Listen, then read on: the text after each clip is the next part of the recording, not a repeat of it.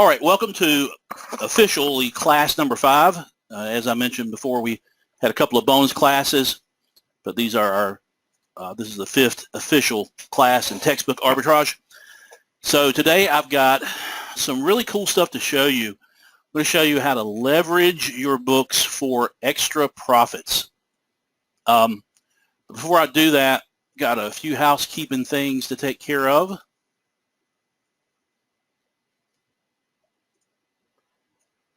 First off, the members area, any updates to the members area, I think everything's pretty much the way that it was the last time we met.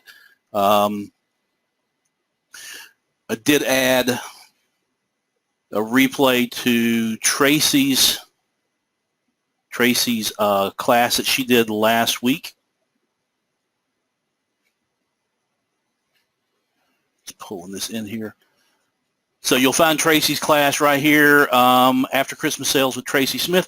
Now, let me tell you, I sent you an email about this because I went out. We had the session with Tracy on Friday last week. I went out on Saturday and I was going to hit several different places. I ended up going to Barnes & Noble and spent all my time there because I found so many great deals at Barnes & Noble. And we have 4 in the area around here, 4 Barnes & Nobles.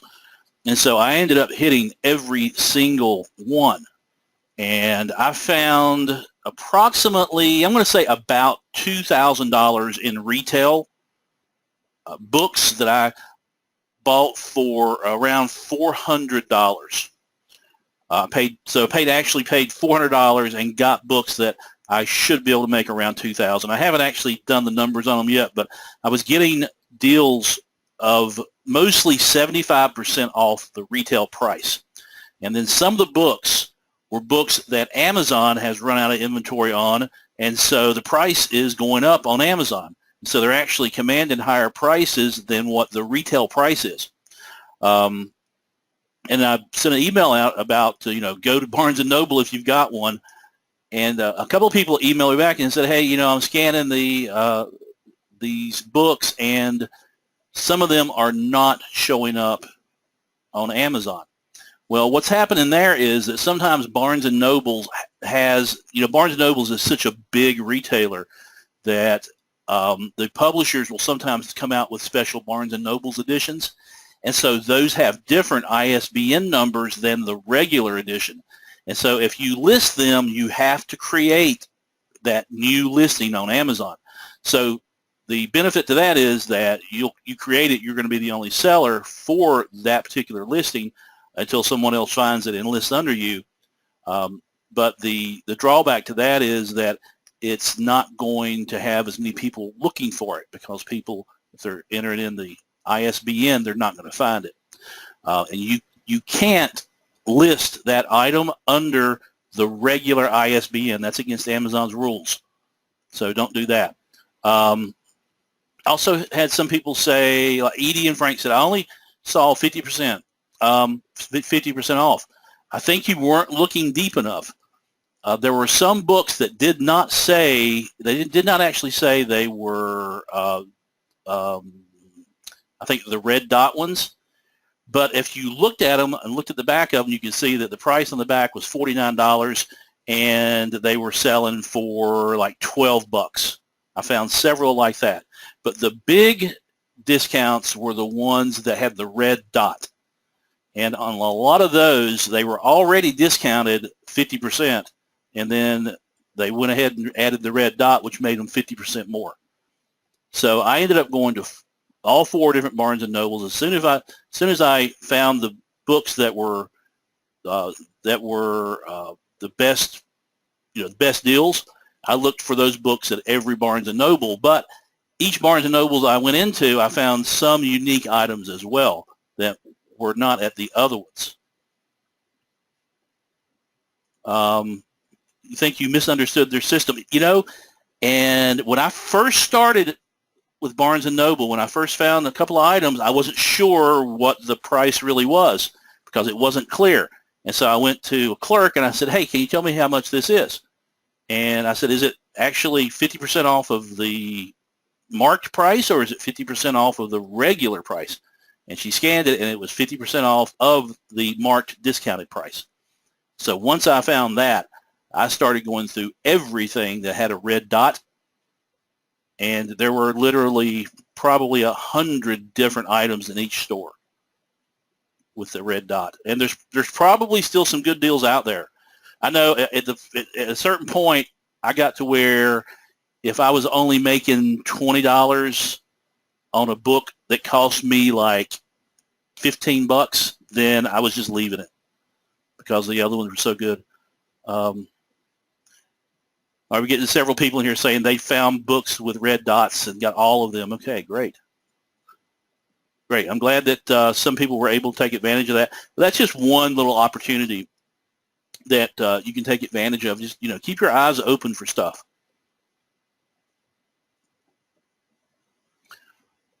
All right, so the next thing I wanted to talk about is, I'm going to close this down.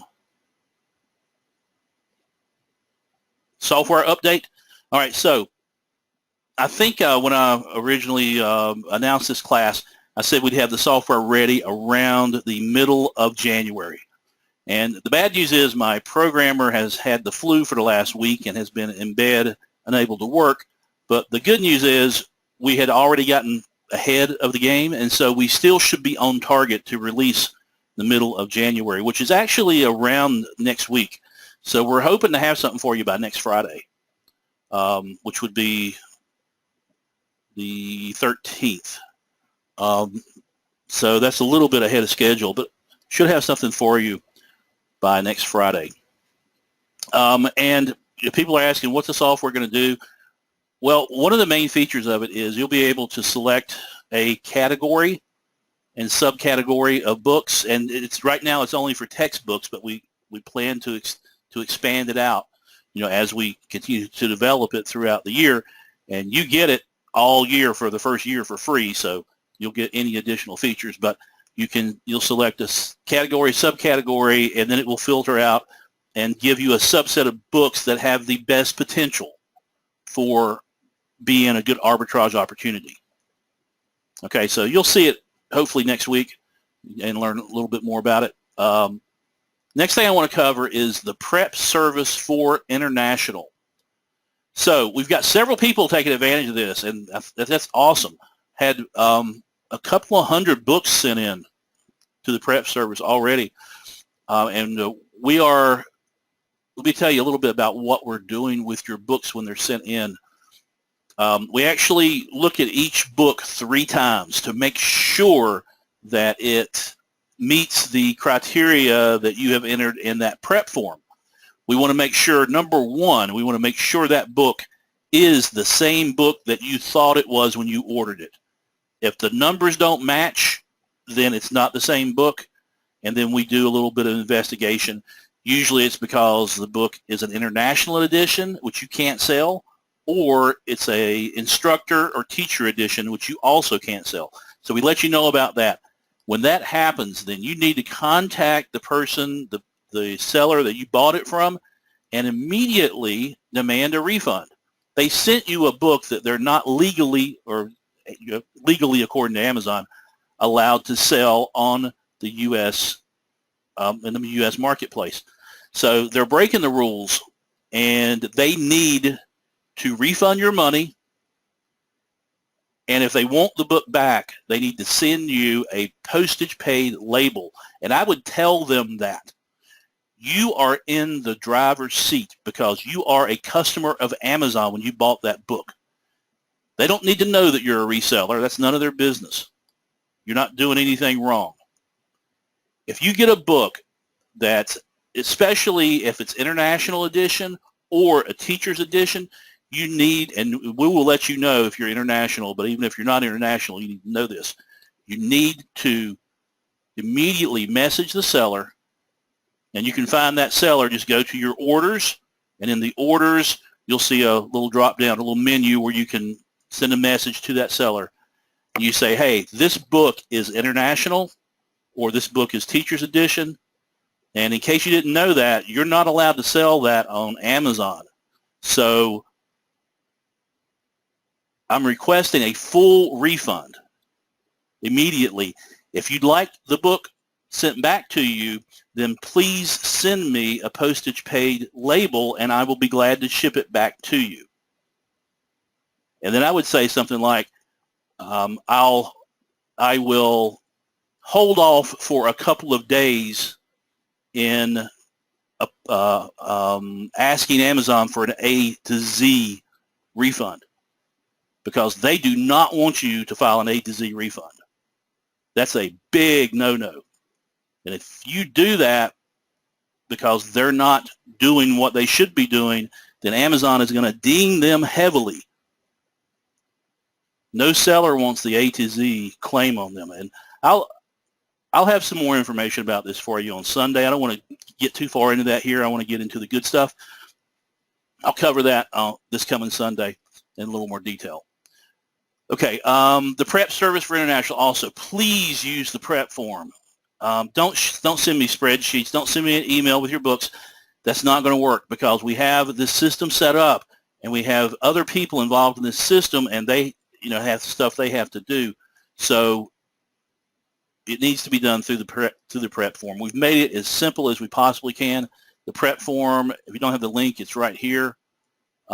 Just click right here to go to it. Let me go to it real quick. Make sure that link works. Okay, there.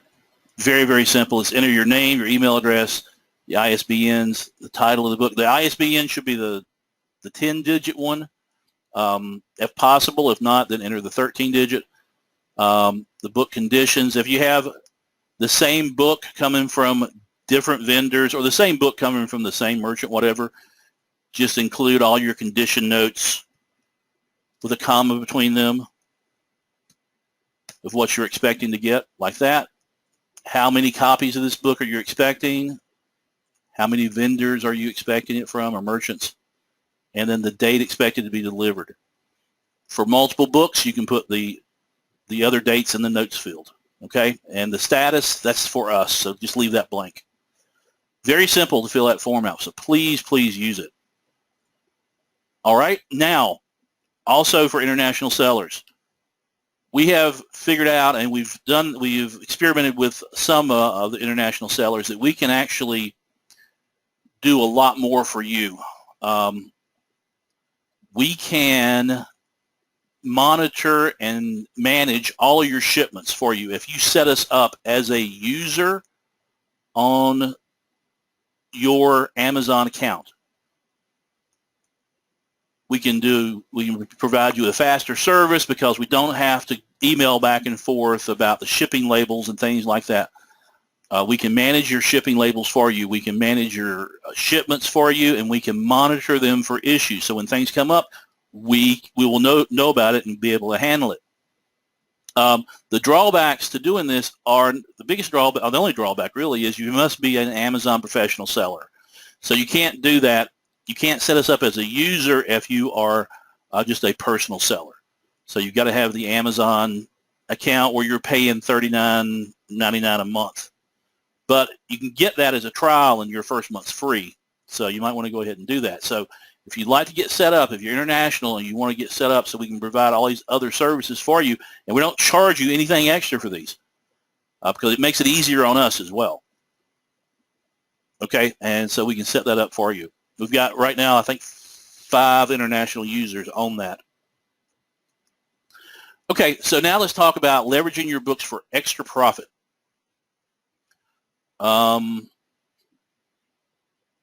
First, let me close that down and get this here. Okay, and I'm going to increase the size of this some. Got some screenshots in here I want to show you.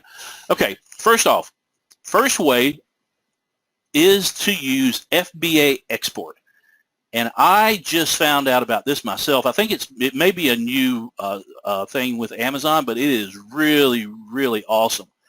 What it allows you to do is you can make your eligible products available. Now, eligible products, what does that mean? Well, actually, books are one of the eligible products. Okay, so we're covered there. So it's books and CDs and other media, and then some other items. But as far as we're concerned, it's just books. So we're good to go. So it makes your items available to international customers in over 70 countries. Amazon fulfills your orders and handles the export process, allowing you to reach new customers while taking the complexity, cost, and effort out of selling internationally. This is all copied right from Amazon's information about FBA export, which is at this link right here, this very, very long link. If you click right here, that will open it up in a new window, and you'll see it right here. So you can read through it right here, and you probably have to be logged in order to see this information. But that tells you all of the details about FBA export. All right, so I'm just going to go through the highlights here. The benefits of selling via FBA export are that you get, as Amazon said up there, you have access to millions of additional potential customers in 70 different countries. So obviously increased sales.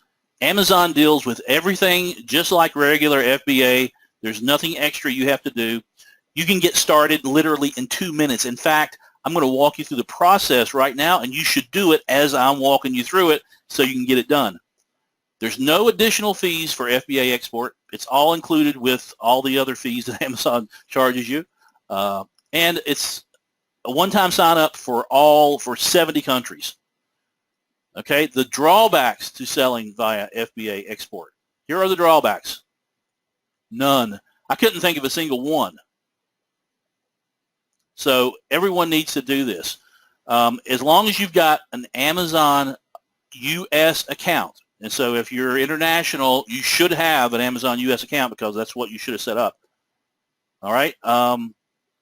Yes, you can sell US edition books to international customers because it's actually not you selling it to them, it's them buying them through their site. So as long as Amazon allows that product to be advertised through the international sites, then you're fine. And Amazon controls all that, so it takes you completely out of the picture. But that's a great question. So don't even worry about it. All you do is sign up, and then Amazon will handle making your eligible products available internationally. Here's how you do it. Whoops, setup. Okay, so step number 1, log into your Amazon Seller Central account and then hover over to the far right and you'll see the settings menu option. All right, you've probably seen that several times. Go to settings and then click on Fulfill by Amazon. All right, you should do that right now while you're thinking about it. I'm not going to slow down and wait for you though, so if you don't do it, then come back and watch the replay. Step 2. Well, there's really nothing to do on step 2. You'll see Fulfillment by Amazon settings. That's where you're at, right here on that screen. Fulfillment by Amazon. All right. If you scroll down on this page, all the way down, you'll see Export Settings. Okay.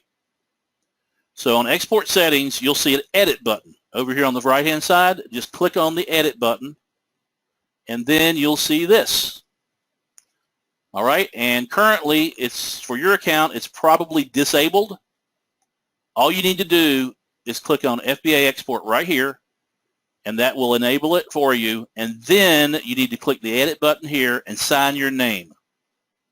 All right, just write your name with the keyboard. Just type it in with the keyboard and click update. And that is it. That's all there is to it. And then you're going to have all your products available for FBA export. Now, this does not actually take the place of selling internationally. You can still have an account in, if you're in the U.S., you can have a European account, you can have a Japan account, etc. This is just another market for you to sell your products through. The advantage of setting up international accounts is then you can sell your own private label merchandise, which we're not going to get into here because this is just for textbooks. So if you're just doing books, then this is really all you need to do. Okay? So that is one of the simplest ways to increase your sales that I know of. Okay, so I'm going to look to see what questions we have about that. Clarence said he just did it. Way to go, Clarence. Steve said, on the FBA export, are the fees going to be more than if the same book is sold in the U.S., so you would see less problem? My understanding, Steve, is that it's the same. My understanding is the fees are the same.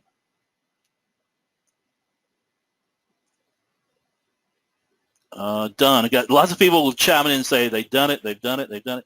Business name or personal name? Well, let's go back here and see what it asks you for. Just go to, go to this link here and look at their instructions. I kind of just boiled it down into the most basic, but right here are their actual instructions. So right here, adding a signature when signing up for FBA Export, you may be prompted to provide your signature. This e-signature is used on the CNN sender's declaration form. I guess that's like a customs form. And there's type your legal name. Okay, so there you go. It is your legal name. So it's your name, not your business name.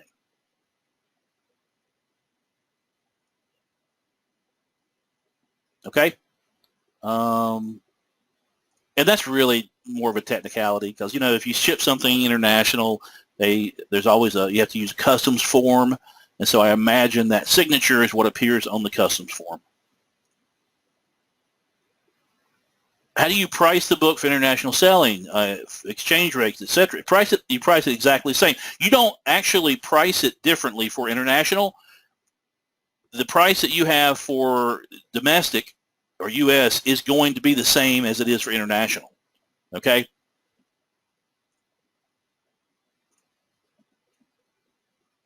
Okay. How do you deal with taxes? Amazon takes care of that for you. As far as the collecting international taxes, Amazon does that. And again, can we sell U.S. edition books to international customers? It doesn't matter because Amazon, if you can't do that, then Amazon will not allow that book to be sold. It's completely out of your hands. Amazon will choose what can be sold and what can't be sold.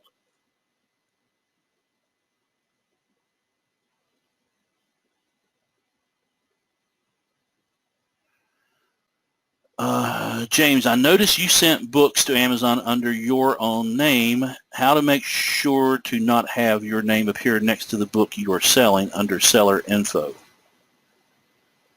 Under seller info. Okay, let me pull that back up. I'm not really sure what you mean here. Are you talking about the signature, Lola?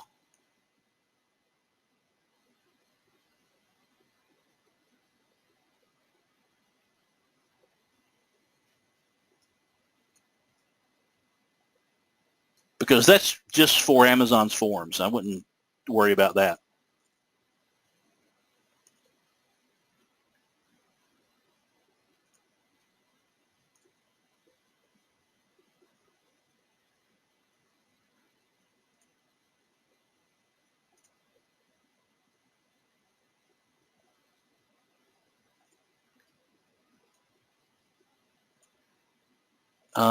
Clarence, you asked another question and it says you had left, but you're back now. Okay. Should we continue arbitrage for textbooks or has the time passed? I would continue. As I've said many, many times, textbooks will sell all year round. Especially, if you can find a good price on it, then yes, absolutely.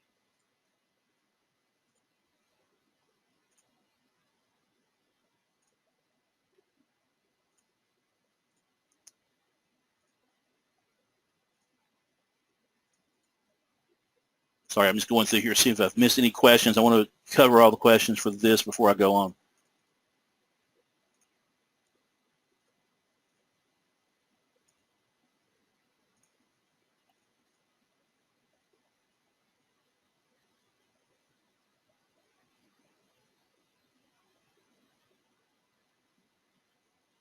Lola, Lola, are you talking about something totally different than what we're talking about here?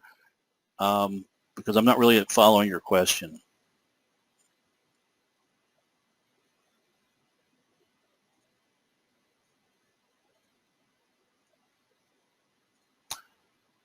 All right, looks like a lot of people have completed their export, their FBA export settings, so way to go. All right, so, and Lola, get back to me on that. I'm not sure what you're referring to, because right now I just want to cover the things I'm talking about here. Don't get too far off topic. Listing books on eBay. Okay, this is something that I guarantee you 99% of the sellers are not doing. And this is something that you only want to do with your books, that your higher price books, where it's going to be worthwhile to do this. But you should list your books on eBay as well, even though you've sent them into Amazon and they're sitting in a warehouse in Amazon somewhere. You can still list them on eBay. Now, you may be asking, you may be wondering, how am I going to fulfill the order? I'll show you how to do that. It's very, very simple.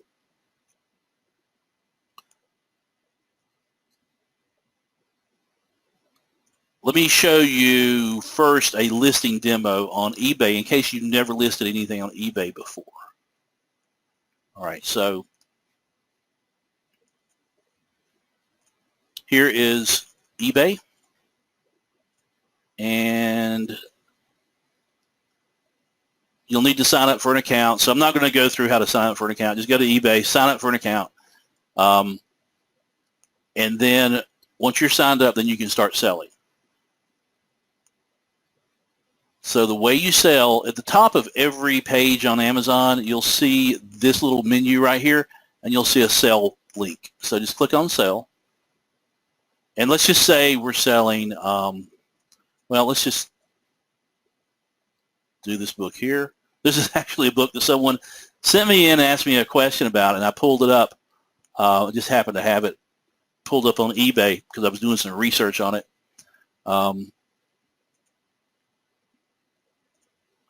So let's just sell that book. All right, so I just entered the name of the book.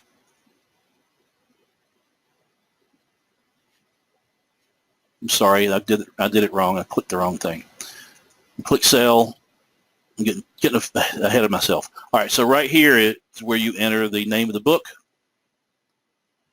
And then it will suggest a category. And in this case, it's the wrong category. It's got audio books. So I'm going to change that.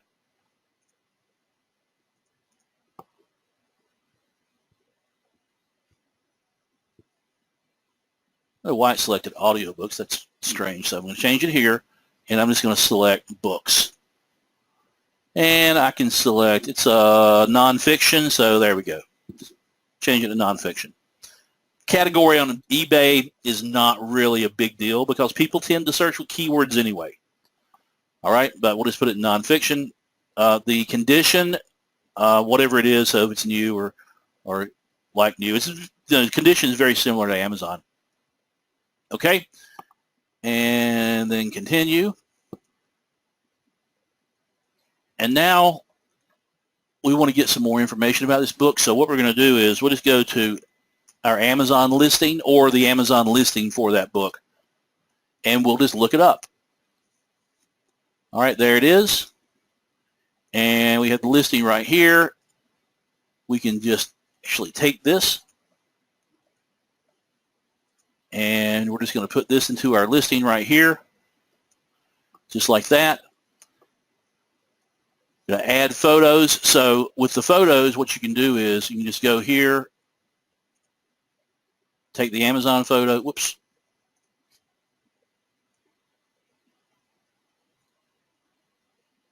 save image. So you can just save that image, and I'll save it right there. And then we can add photos, and it's right here. And you just need the one image. You know, you don't need to take tons of pictures of your books, just the one image, because people know what they're looking for, and they're just going to look to see that your cover matches what they're looking for. All right, and then you can make it an auction or a fixed price. I suggest for books like this, you make them fixed price. And you put whatever price. eBay's going to suggest a price, but you can put whatever you want in here. All right, and I would just match whatever you have it on Amazon app. All right, you can accept best offer if you want. I like to keep this checked on because it tells me if there's a lot of interest in this book. I listed a book not too long ago, and I got 2 offers from 2 different people on the same day I listed that book. I didn't take the offers, but that told me that that book was really popular, so I might need to look at my pricing and raise my pricing. Okay, I never accept best offers, or rarely ever. Quantities 1, listing duration, I would just keep it at 30 days. All right, you can also schedule your start time so that the auction or the listing starts at a certain time. There's a little bit of advantage to doing that and starting it on a Sunday. Sunday at 6 o'clock Pacific time. That has been shown to have the most traffic on eBay, is at 6 o'clock p.m. Pacific time on a Sunday. All right, so I'll usually just schedule my listings to start then. All right, and then as for shipping, you can select the shipping, or you can have eBay select the shipping for you, or you can select the shipping yourself.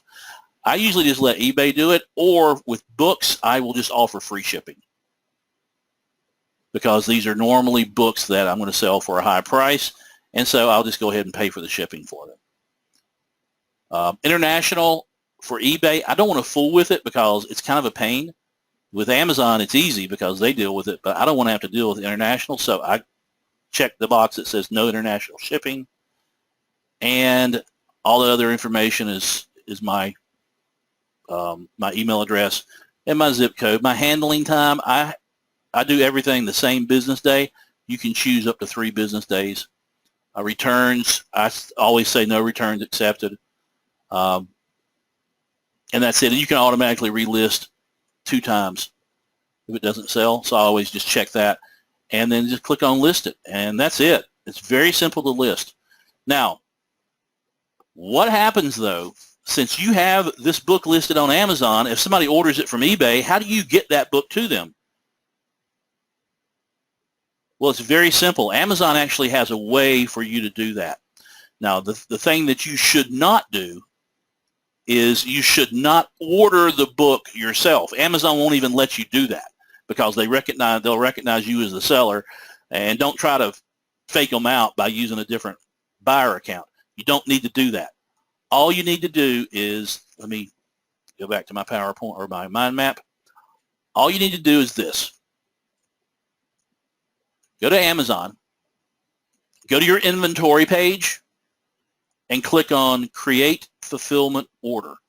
Okay, so under whatever the product is, so whatever it is, this one right here, you click on the Edit button over here. See that Edit button?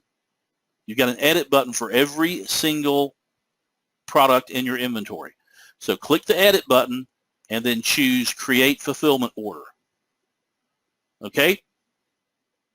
Step 2, that will generate a page that looks like this.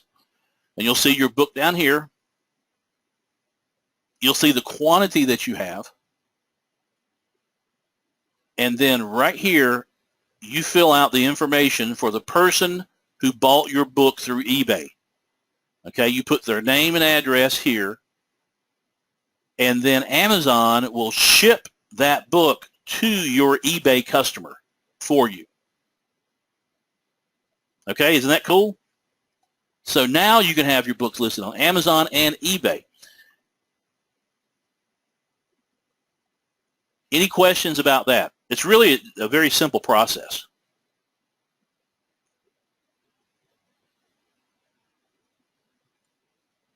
Okay, Lola, I'll come back to your question. Sorry I couldn't answer it then.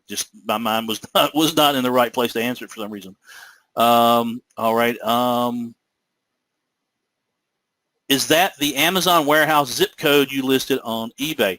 No, I use my own zip code, but you could list it from the Amazon if you knew what it was. Just use your own, because here's Here's the only reason why that zip code is relevant anyway. They're going to use that zip code to calculate the shipping charge. And as long as you make the shipping free, then it doesn't matter anyway. So just use your own. Okay, now Edie says, what do you do if you get an Amazon and an eBay order and you only have the one book? It's very, very unlikely you're going to sell that same book at the same time or even in the same day. But if you do, then the one on Amazon is the one that's going to take precedence, and that's what you want. You want the Amazon one to take precedence.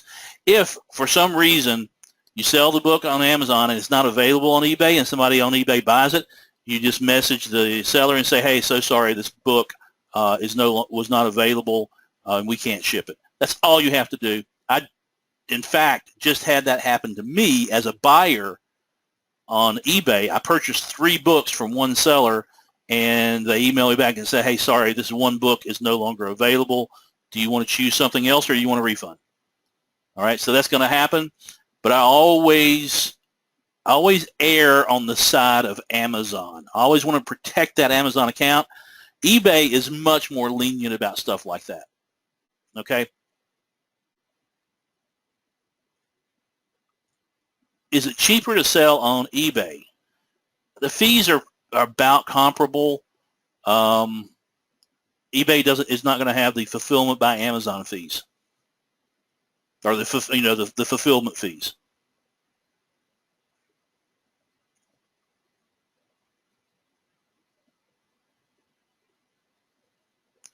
So they will just debit your account for the fees since no one is buying. So money is exchanged since no one is buying. I'm not sure what you mean, Steve, about from Amazon.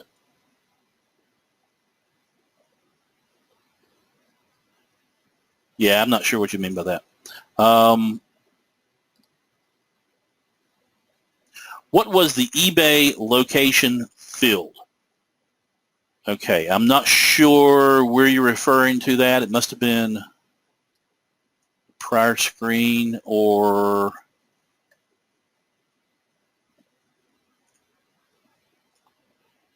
over here. Wes, I'm not sure what you mean. So tell me where exactly you're seeing that eBay location field. You mean right here, maybe? Item location, yeah. And that is my actual zip code. And like I had said before, that is only used for calculating the shipping charge. So it doesn't really matter what this is if you're not charging shipping for the product. And even if you are, what you can do is you can select the shipping yourself, and you can just charge a fixed rate for the shipping. So it's not a big deal. All right. All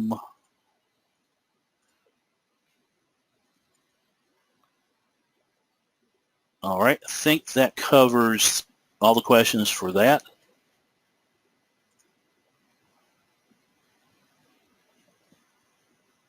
Okay, next thing.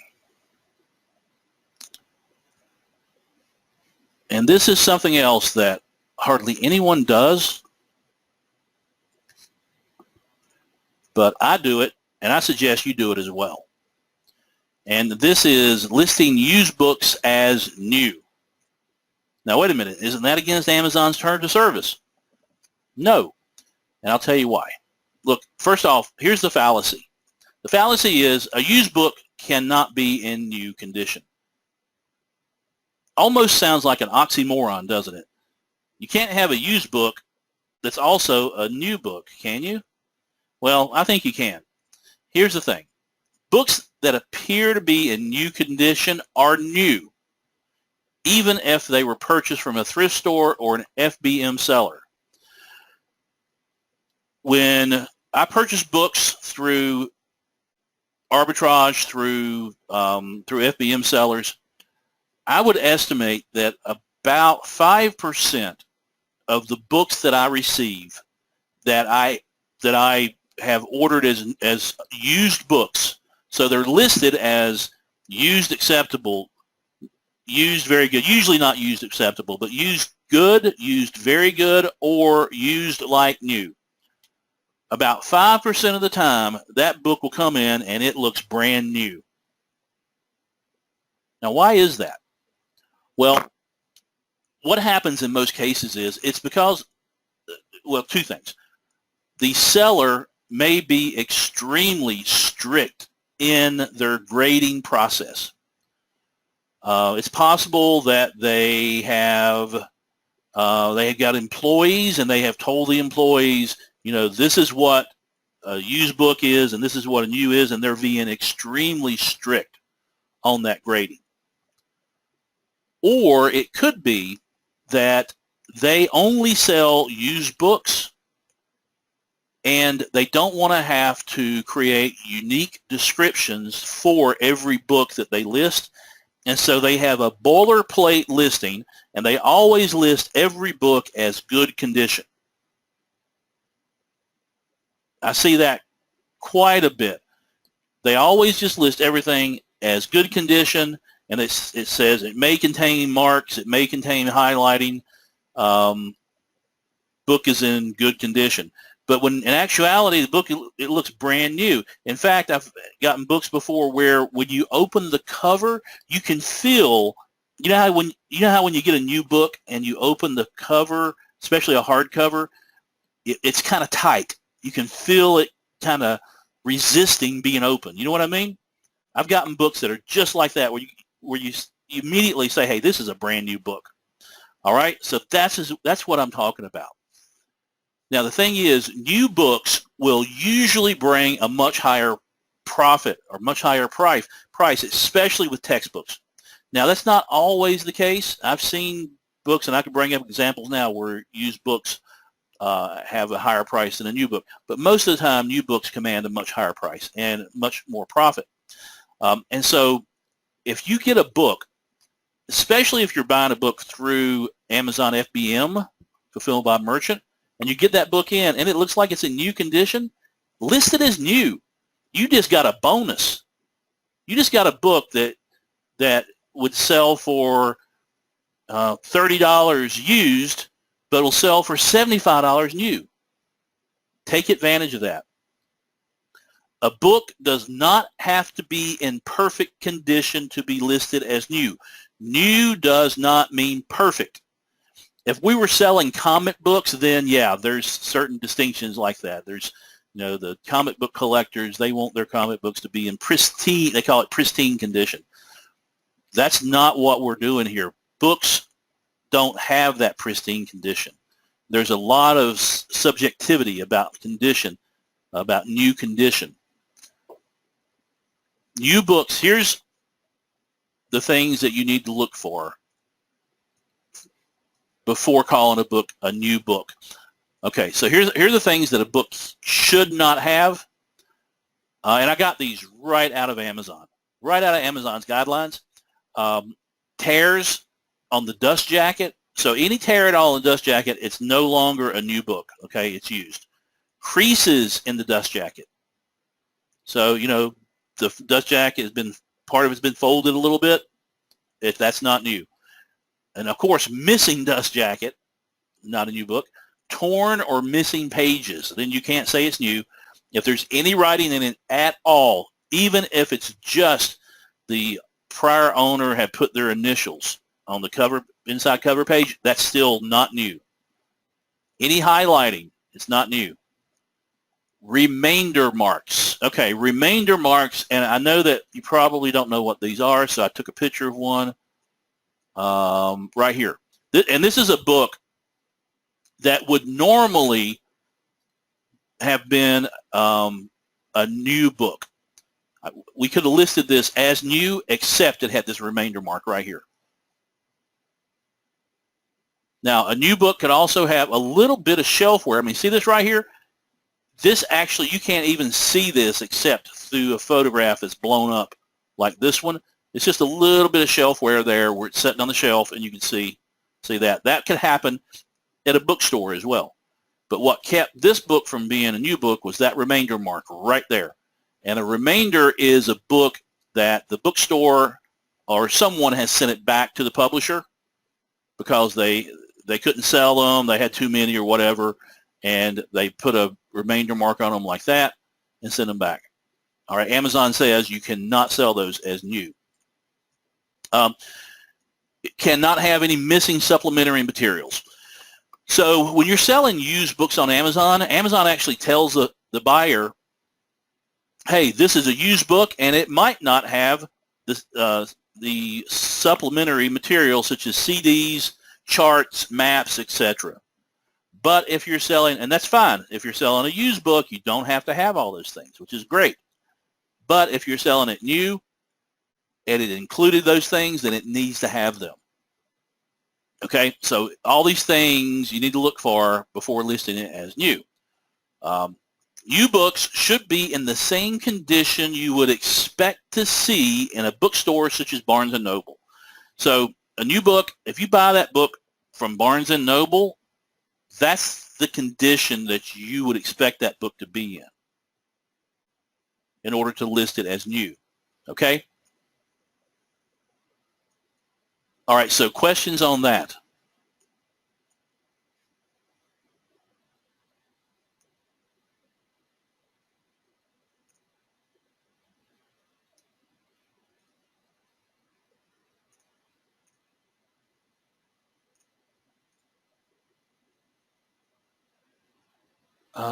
Edie and Frank, they dropped the class. Sorry, what do you mean they dropped the class?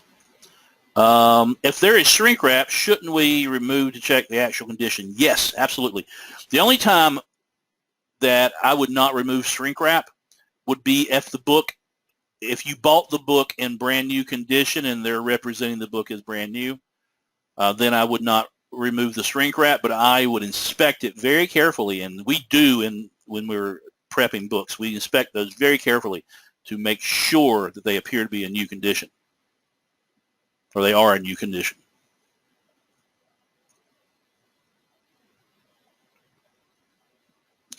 Steve says, I have noticed a lot of the textbooks I have ordered are like new, look new, but the corners on the hardcover get bent because they are not packed well for shipping. Is there any way to have the shipper do a better job of packing?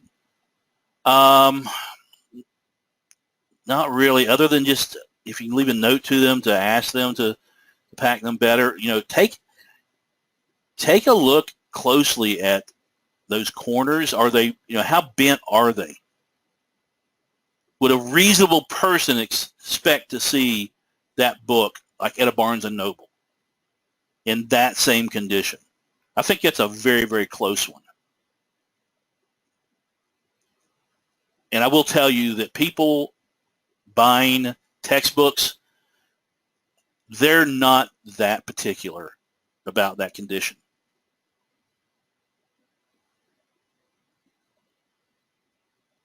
I listed a new book as like new just so I could ship it in the same box. Should I do this? It's really about the math. So take a look, and I'll explain. Wes, let me explain to everybody what you mean by that, so you can ship it in the same box. But I would look at the math on that. If that book could be listed as new condition, and you're going to make a lot more money for that, let's say you make $20 more, then I think it's worth shipping it in a different box. Okay, so what he means is that, let's say you've got 10 books to ship to Amazon, and one of the books is new, and the rest of them are good condition or used condition. When you go to list those books, well, actually, this isn't exactly right either. You can still list all of those books and have them shipped in the same box as long as you're not having, as long as you're not using the manufacturer barcode when you ship them in. I'm going to cover that in a different class because this gets really complicated about how to try to keep Amazon from having you ship in different boxes. I'm going to cover that on Sunday because I'm working on some case studies on that. It gets kind of complicated.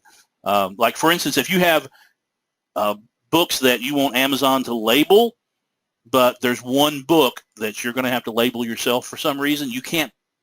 That Amazon won't let you include those in the same box because they have different people that do the labeling, and so the books have to go to the labeling department, and so they want all the books that they label to be in the same box. So anyway.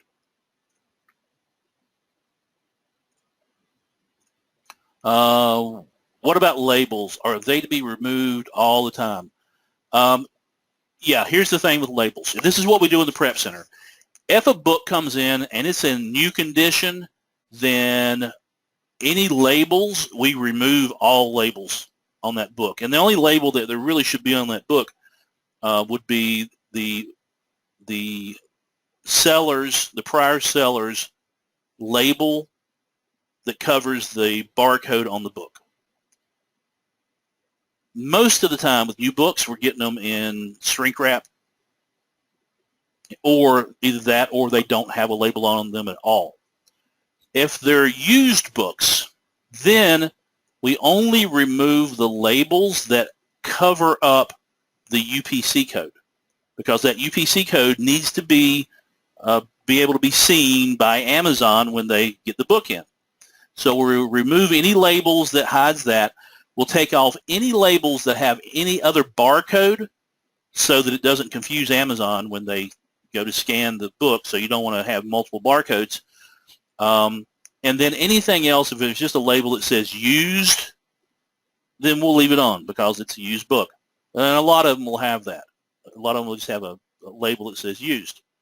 We did have an instance last week where we had a book come in that had, at the very top, it had a long, long label on it that said used. And it was just the word used with an extremely long label. And I thought that was kind of odd looking. And then we noticed that the UPC code didn't match the UPC code that it was expected to be. So we peeled that label off, and underneath that label, it said instructor copy. So that was a seller trying to pull a fast one, trying to get away with selling an instructor copy. So we notified our customer of that to let them deal with it.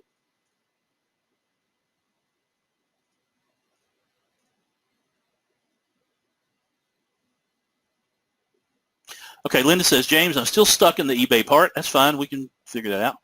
Okay, the reason we are selling there is also have another alternative to sell our books fast. However, it is my guess our profits will tend to be less since they are being shipped from Amazon. Amazon has already charged us its fees, and then eBay will charge us its fees too. Am I right?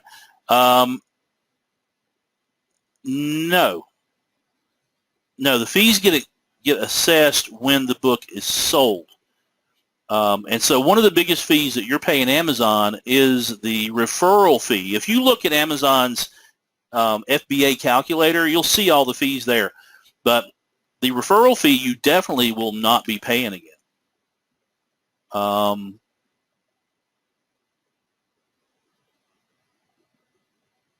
The other fees, there may be a couple other things in there like the weight fee.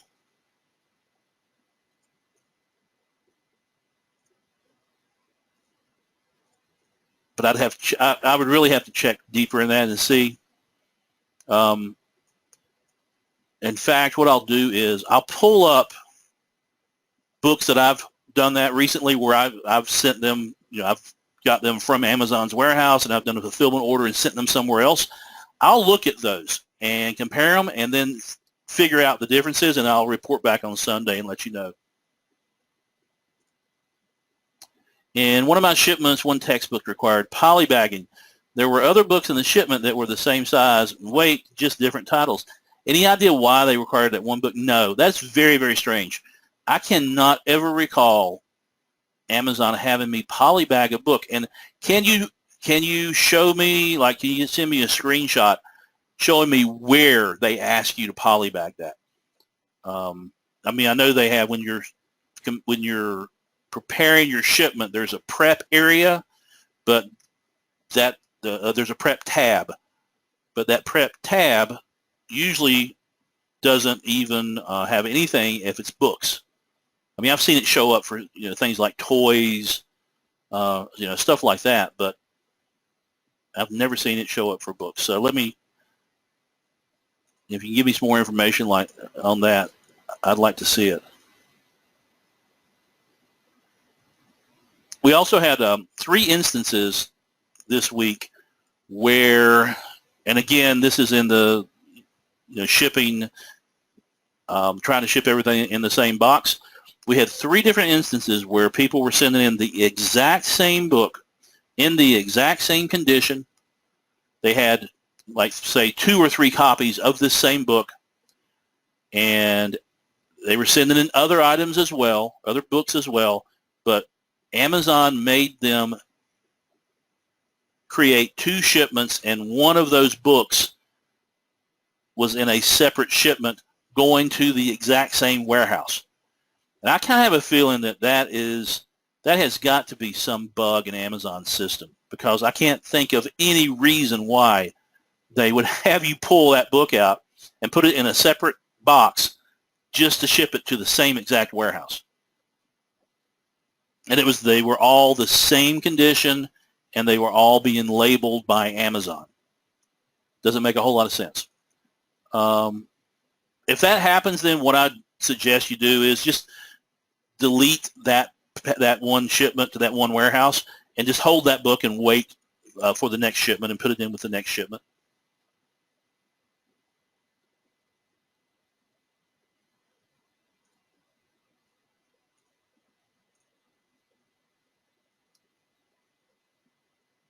Okay, Valerie says she thinks she had one as well.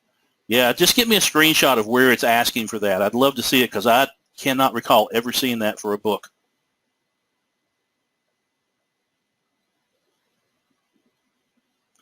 Is there no buyer feedback advantage for having all labels and stickers removed and or cleaning the book off?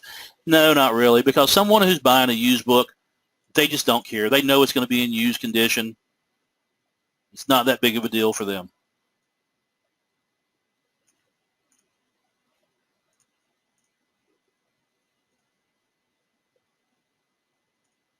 All right, that's the last question about that. So I'm going to go back and try to answer this question from Lola. I'm trying to figure out where you were talking about, Lola. Okay, I'm talking about the category next to delivery when you look up the prices of the book. All right, so I think you were referring to probably when I showed this screenshot right here, right? Lola, is this what you're referring to?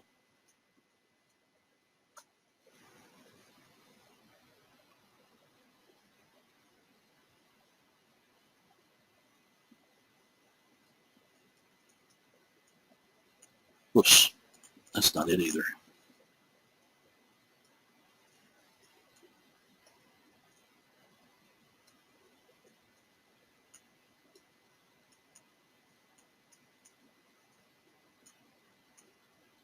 Nope.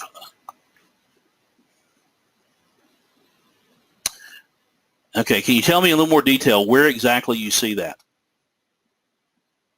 It's when you check out books. So you mean on the Amazon page? So it's not in your Seller Central account. So it wasn't something that I showed you today. Okay, so you mean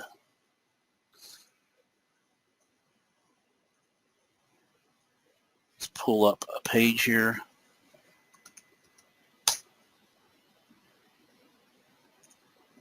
Let's just pull that same book up. Oops, there it is. Okay, so there's a page, so tell me where to go to.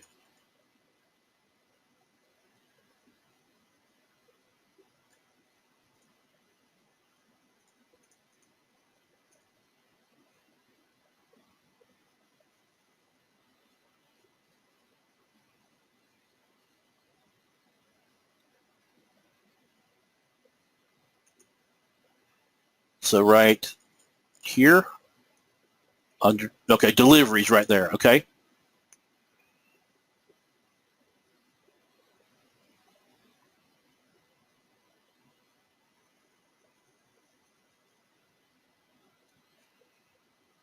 Okay. Now, so I'm seeing delivery, but I don't. When you say category, I'm not sure what you're talking about. That's what was kind of confusing me.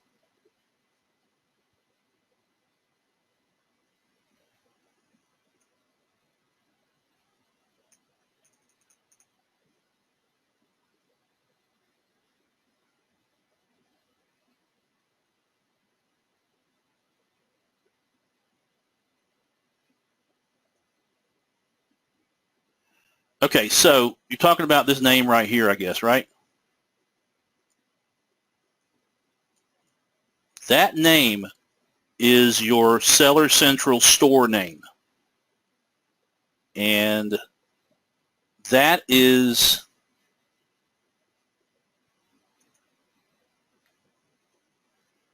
I think that's under settings.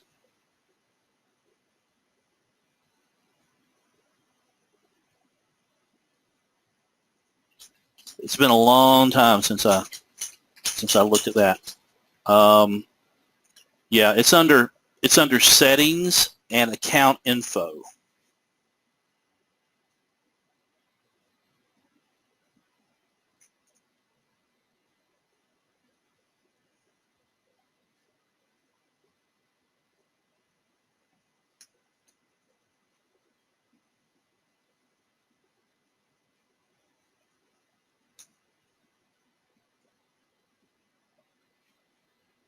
Okay, so you go to, I'm not showing you on screen here because I'm kind of fumbling around because it's been so long since I've been there. But you go to settings, and then you go to account info, and then you click on your seller profile. Okay, and then under your seller information, you click on edit. And under edit, you can change your display name. And the display name is what shows up right there.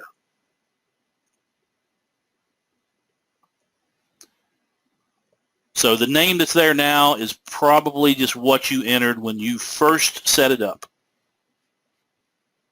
And so if you have any problems changing that, just email me and I'll try to walk you through it.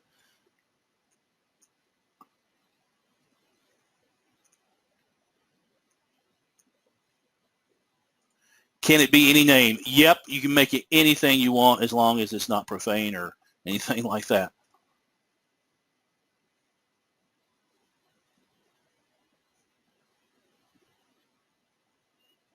And they will put that name on the book without giving out your name. Yeah, when they ship it, it'll have that store name on it. Yes.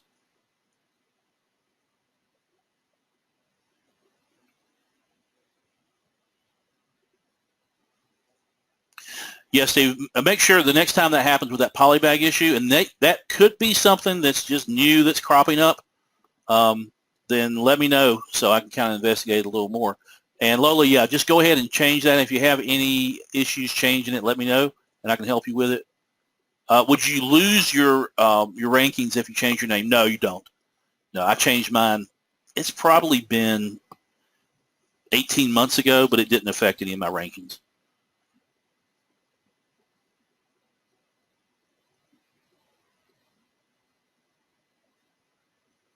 Okay, awesome. Thanks.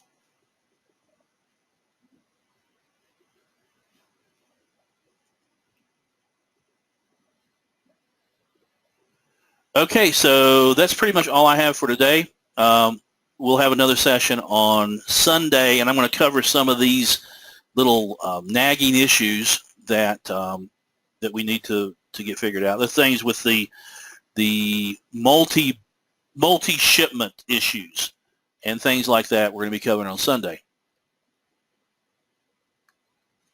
Are you going to be covering how to make money doing this between the two hot times of the year? Are you going to?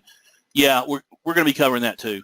And honestly, really, it's just finding more books that are not necessarily textbooks that you can resell on Amazon.